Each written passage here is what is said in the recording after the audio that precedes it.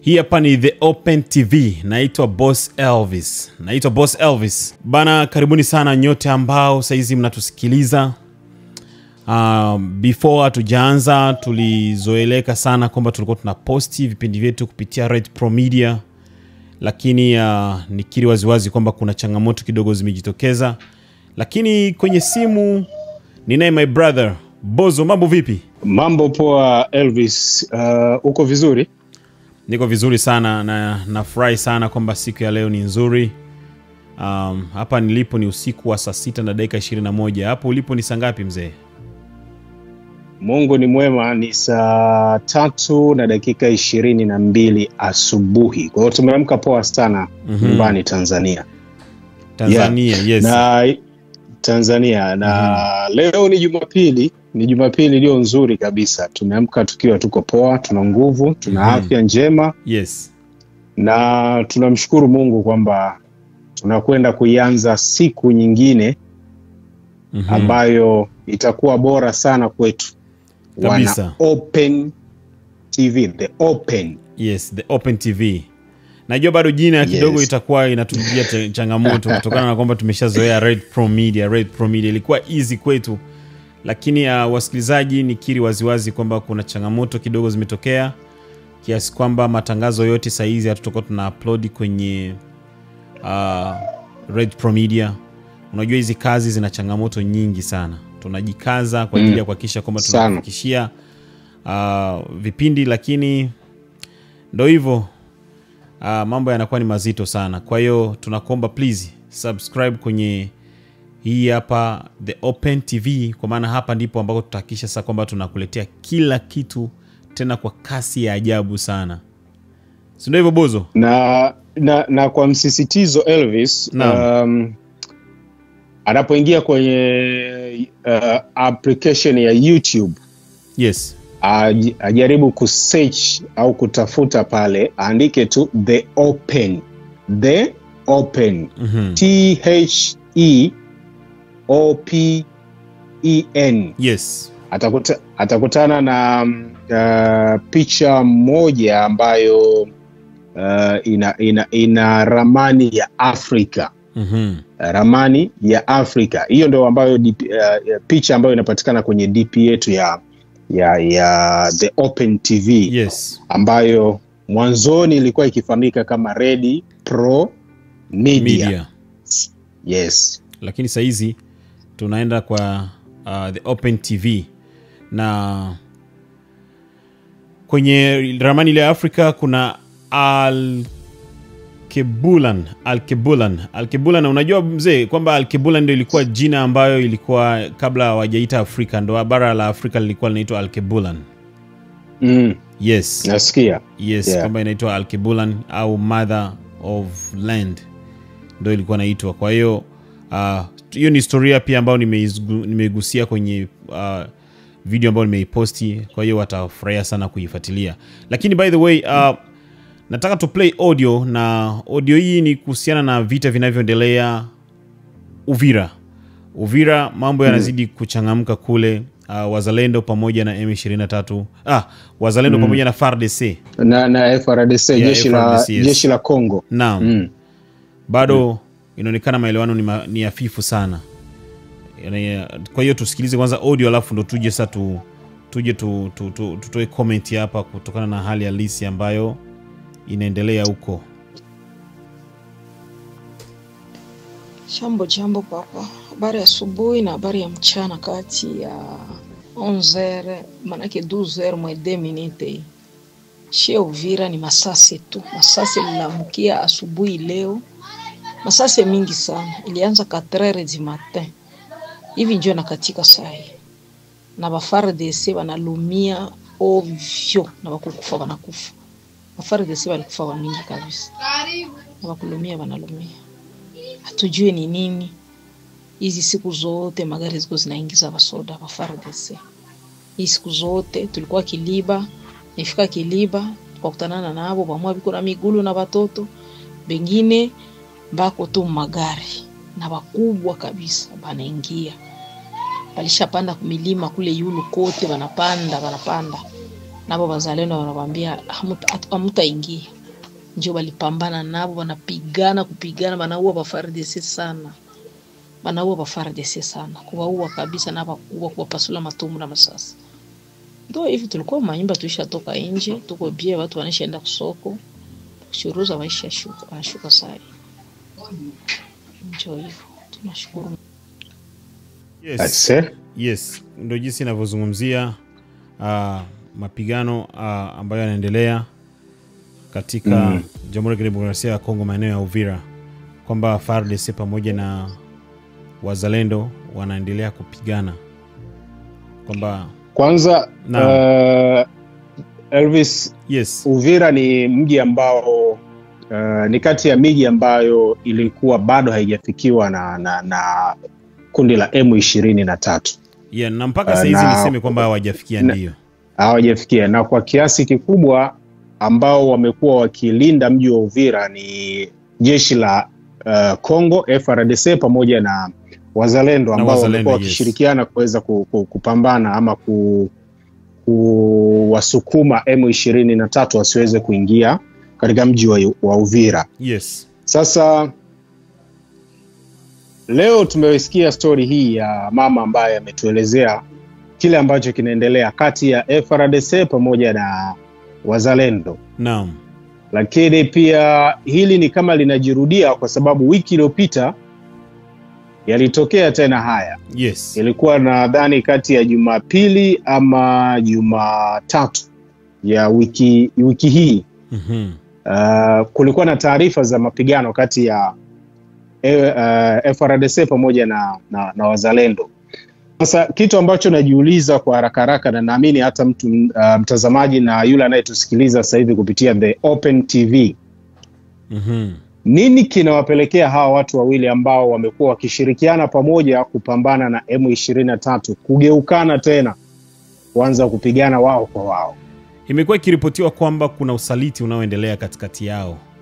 Na usaliti, sababu za kwanza ni maslahi kwanza ya hapa Uvira.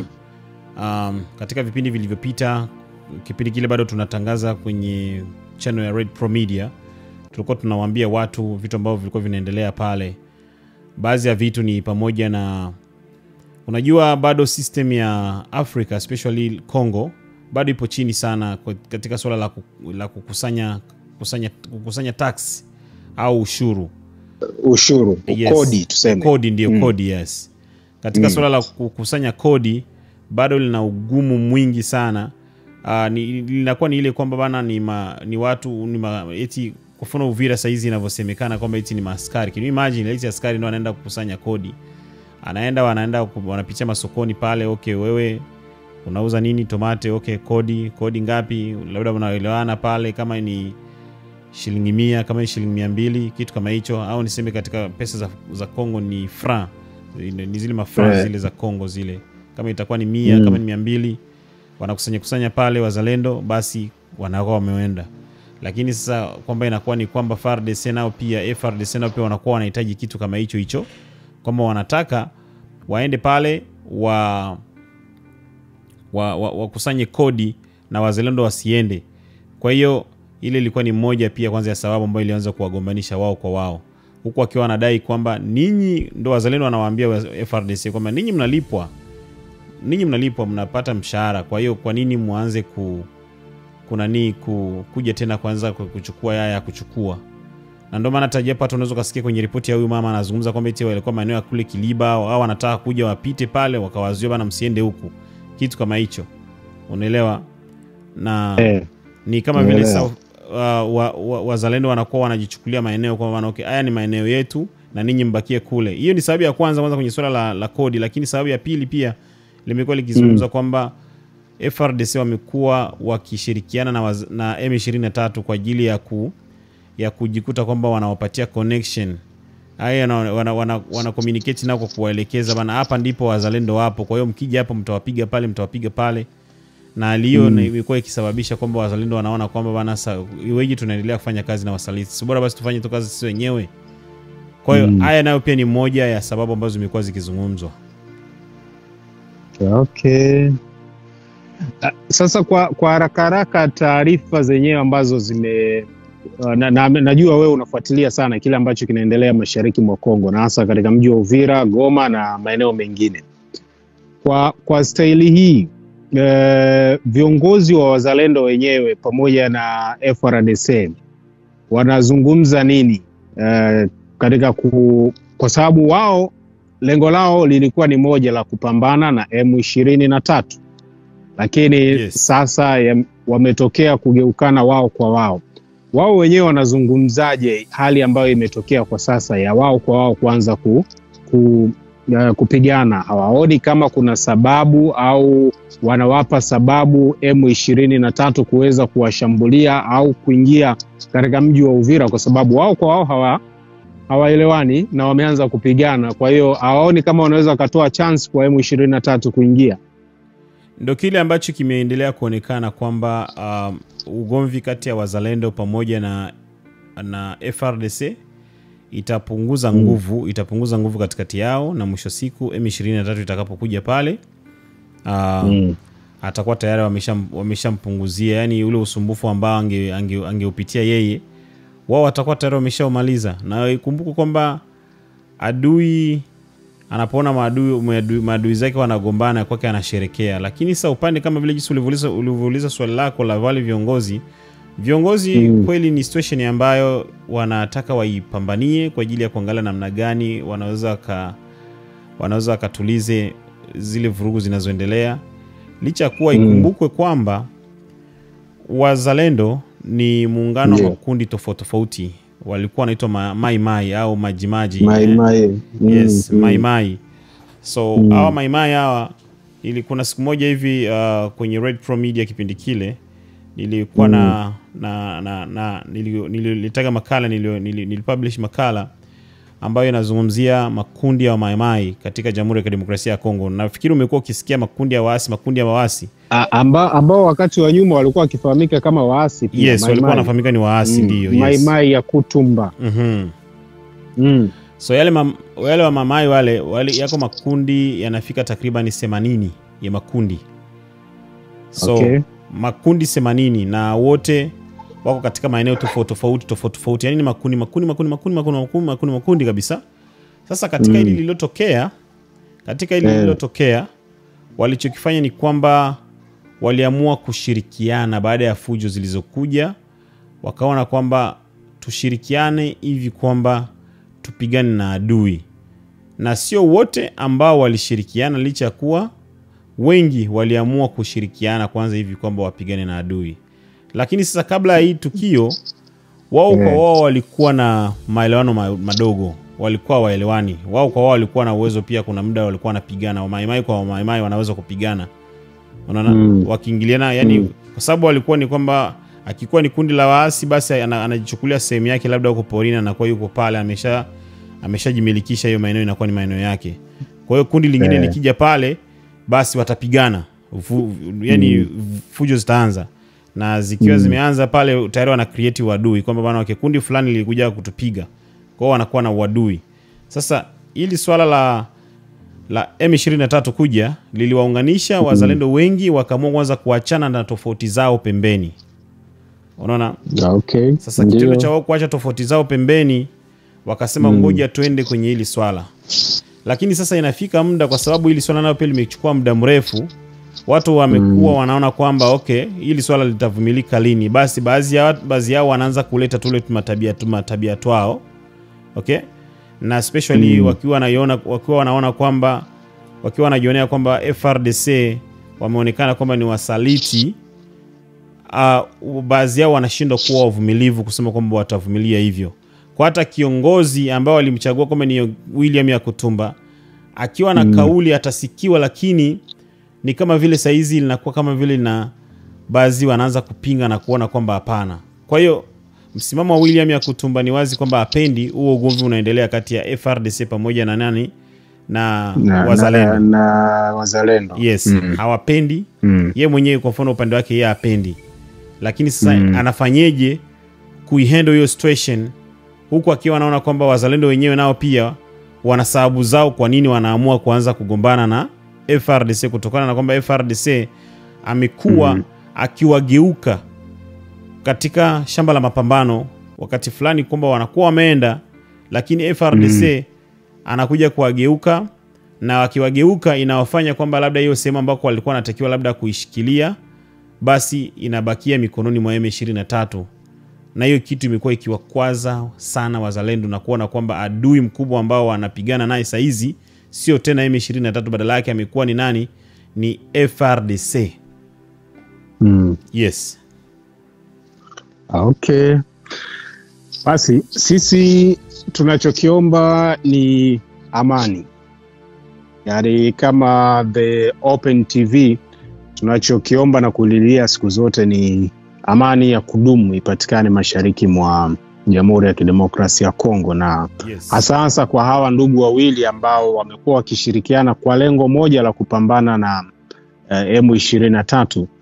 Tuwaombe wasirudi nyuma katika mapambano, waendelee kupambana na M23 na mwisho wa siku amani ya kudumu ipatikane mashariki mwa Kongo.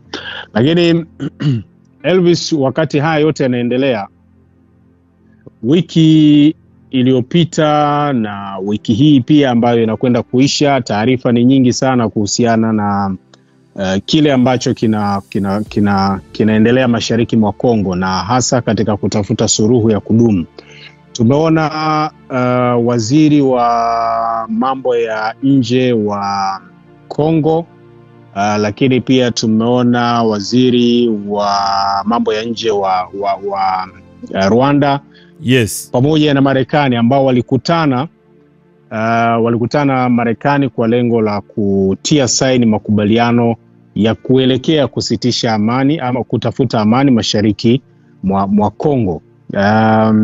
Na taarifa ambazo tumezipata juzi kama sio jana, nimesikia kwamba baada ya kutiliana saini huko kwa mawaziri hawa, mwezi ujao kama sio mwezi huu mwishoni, maraisi, kwa maana kwamba raisi wa Kongo Felix Tshisekedi pamoja na raisi Paul Kagame wa Rwanda watakuja Marekani kwenda kuonana na Rais Donald Trump na kufanya mazungumzo ambayo yatakuwa ni katika kutiliana saini ya kusitisha mapigano mashariki mwa Kongo.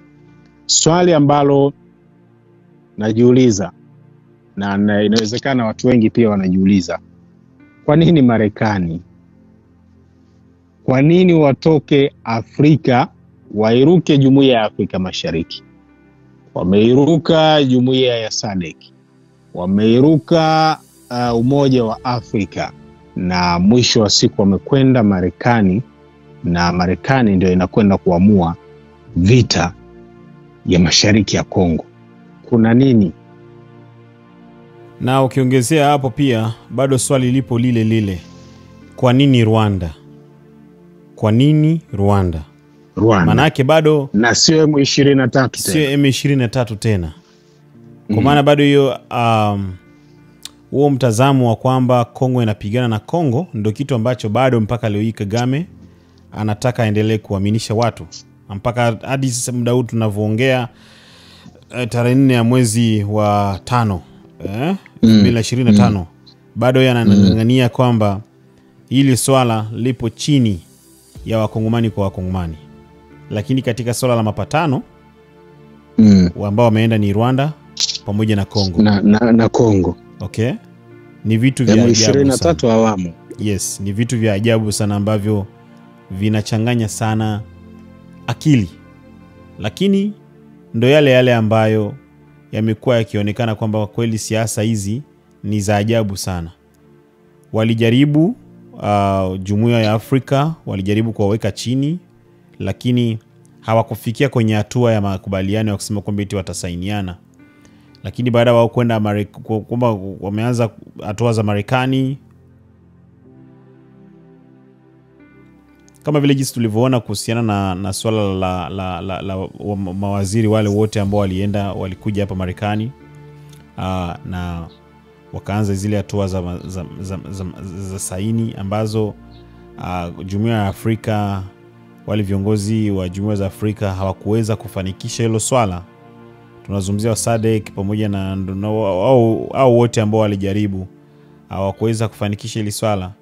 Ndipo pale tunapoona kweli kwamba bado Afrika bado tupo mbali sana. Yaani tupo mbali sana kusema kwamba ati sisi wenyewe tunaweza kujikwamua kwenye matatizo ambayo tunayapitia, kwa sababu Marekani wale wamekuwa wakizungumzwa 100% kwamba wanaunga mkono migogoro na fujo zinazotokea katika bara la Afrika, lakini tena wale ndio tunaenda kuwakimbilia hivi kwamba watupatie amani. Yaani ni vitu vya ajabu sana, lakini ndio hivyo. Afrika bado tupo mbali sana. Okay.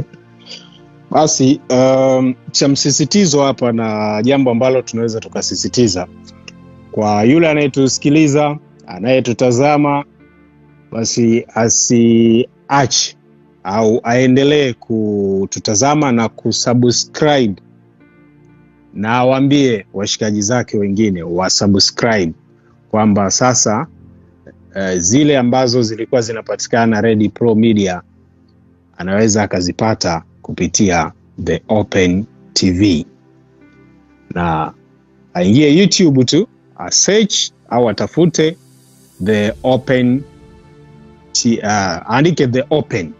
Unajua mambo bado ni mapya. Yes, akiandika The Open TV. Andika The Open TV. Yes, The Open TV itamletea, kwa sababu kuna akiandika The Open anawezekana kaona channel nyingine, lakini yetu ina nembo ya Afrika. Akiona Afrika moja kwa moja inakuwa ndo yenyewe ambayo anakutana nayo, The Open TV.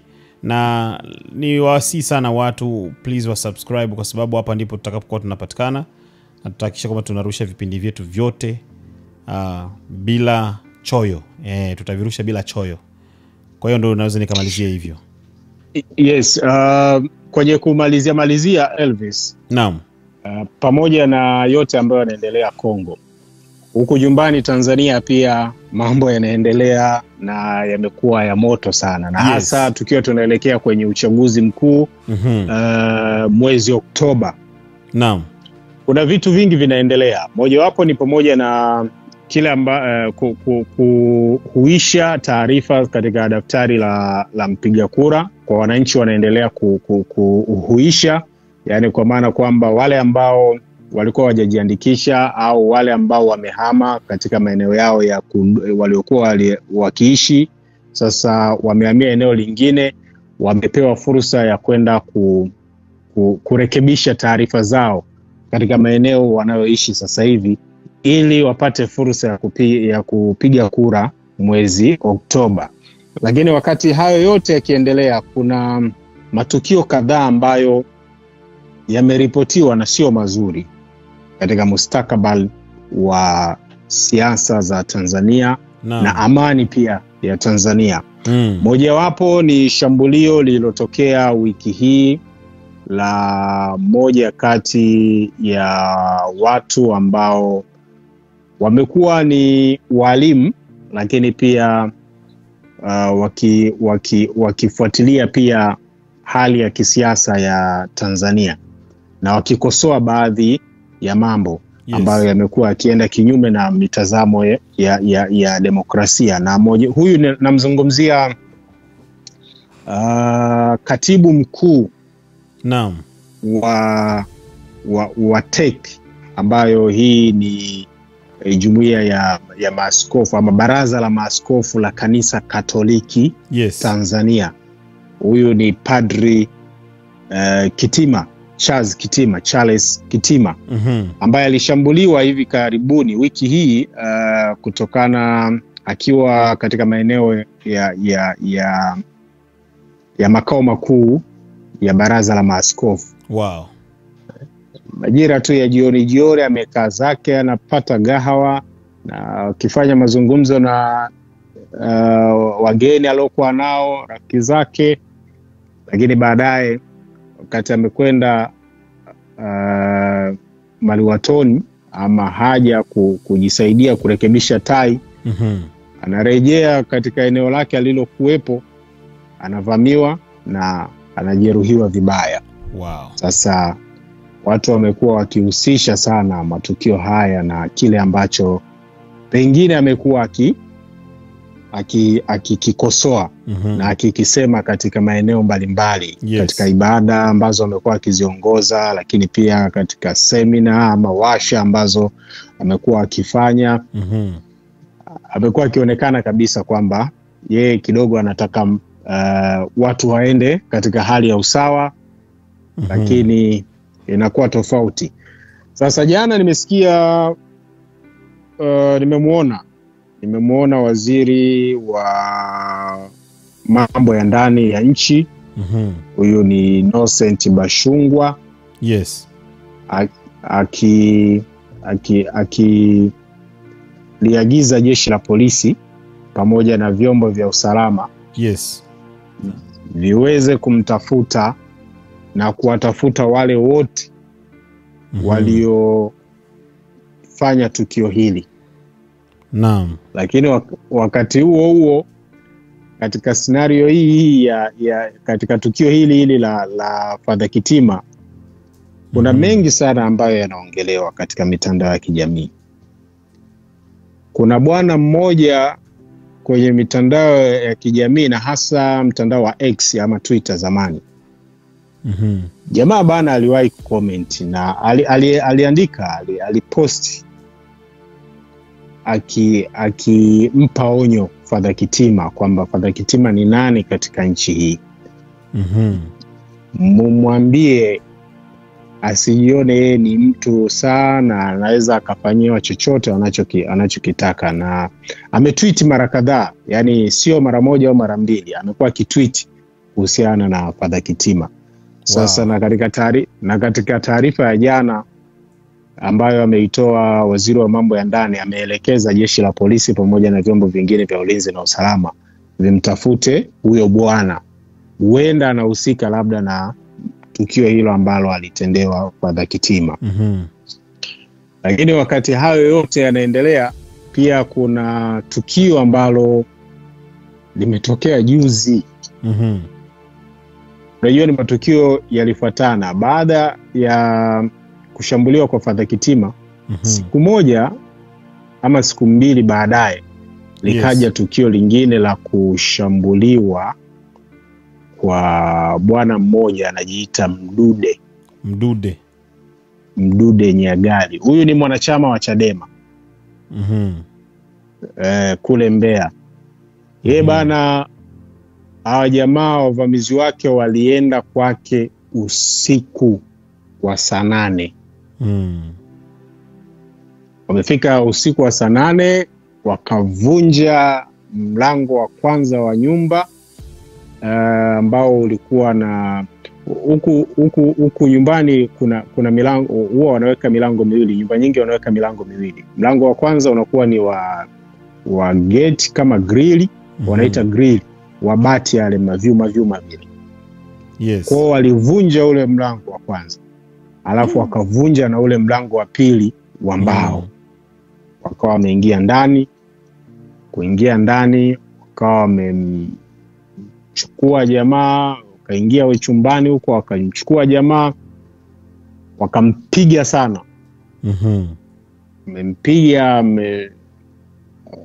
nadhani walibishana, baadaye wakawa wamefanikiwa, wakampiga na mwisho wa siku wakamtoa nje, wakaondoka naye katika maeneo ambayo mpaka leo hafahamiki alipo. Na kwa wale ambao wameangalia na wamekwishaona kwenye baadhi ya video zikionyesha hali halisi ilivyokuwa mle ndani kwake, kutoka chumbani walikokuwa wanapambania mpaka barabarani katika almost mita 300 mpaka 400. Ni damu zimetapakaa. Wow. Na mwisho wa siku baada ya kunyanyuliwa pale kwenye ile mita 400, baada ya kufikishwa barabarani, alipandishwa kwenye gari na haieleweki sasa alipotelea wapi, walimpeleka wapi na hali yake ikoje mpaka sasa hivi. Kwa unaona ni matukio ambayo sio mazuri. Na hayaleti ishara nzuri tunapoelekea kwenye uchaguzi mkuu wa Oktoba. Wakati hayo yote pia yakiendelea, kuna kiongozi wa chama cha Chadema, huyu ni mwenyekiti Tundu Lissu, ambaye naye yupo gerezani na nafikiri ni wiki kama 3 hivi, wiki ya 3 nafikiri yuko mahabusu, ameshikiliwa. Na katika tukio lake linaonekana kuna matukio mengi, yani ina scenario nyingi sana hii kesi yake. Kwa hiyo sipendi kuizungumzia na hatuko hapa kuizungumzia, lakini jana tumeona mawakili wake wamejitokeza na wakazungumza ugumu ambao wamekuwa wakiupata katika kushughulikia kesi ya Tundu Lissu kabisa, na hata katika namna ya kuweza kuonana naye, kukutana naye, kuzungumza naye, kuelekezana na namna mwenendo wa kesi unavyoendelea pale mahakamani. Kwa kuna matukio kadhaa ambayo yamekuwa yakiendelea. Yote kwa yote ni kuelekea Oktoba 20, itakuwa ni Oktoba katika uchaguzi mkuu wa Tanzania. Sasa The Open TV, sisi tupo kwa ajili ya mtazamaji wetu, tupo kwa ajili ya msikilizaji wetu, kuhakikisha matukio mbalimbali yanayotokea Tanzania, Afrika Mashariki, Kongo, Afrika na ulimwenguni kwa ujumla, kuhakikisha kwamba matukio yote yanayotokea atayapata na atapata uchambuzi wa kina kabisa wa nini kinachoendelea kutokana na tukio husika ambalo limetokea katika maeneo tofauti hapa ulimwenguni. Mimi niseme kwamba ni vitu vya kushangaza sana kwamba mwisho wa mwaka wa uchaguzi matukio kama haya yameanza kuripotiwa tena Tanzania.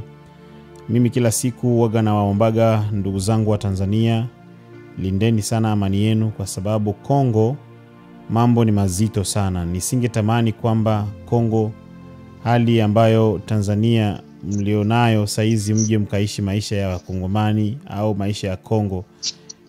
Unajua watu wanapokuwa kwenye life ya kusema kwamba eti watu wanashindwa kuelewana, ndicho kinachopelekea kwamba maadui waanze kupatikana, ifike muda watu waanze kushika silaha.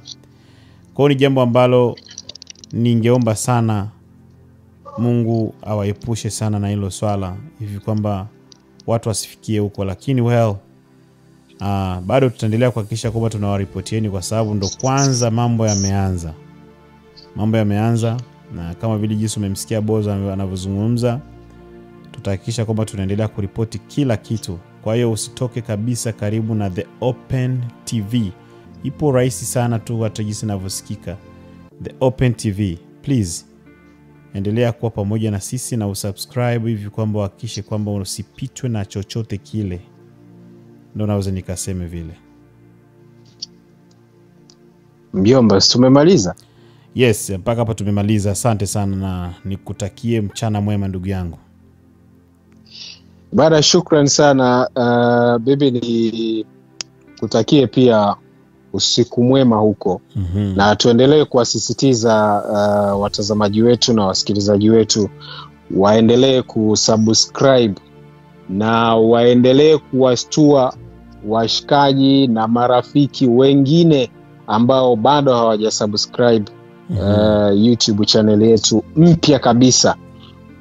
Ni kama imechanwa kwenye makaratasi leo hii ya The Open TV. Na usisahau pia kucomment. Jamani, comment zenu ni za muhimu sana na tunazitegemea sana, kwa sababu zinatupa mwelekeo wa nini mnachokihitaji kutoka kwetu. Tunaita The Open TV daima milele. The Open TV daima milele. Daima milele. Asante sana. Jambo papa. Habari ya asubuhi na habari ya mchana, kati ya 11h manake 12h moins 2 minutes. Shia Uvira ni masasi tu. Masasi lilamukia asubuhi leo Masasi mingi sana. Ilianza 4h du matin. Hivi njoo nakatika sai. Na ba FARDC wanalumia ovyo na wakukufa wanakufa. Ba FARDC walikufa wa mingi kabisa. Na wakulumia wanalumia. Hatujui ni nini. Hizi siku zote magari ziko zinaingiza basoda ba FARDC.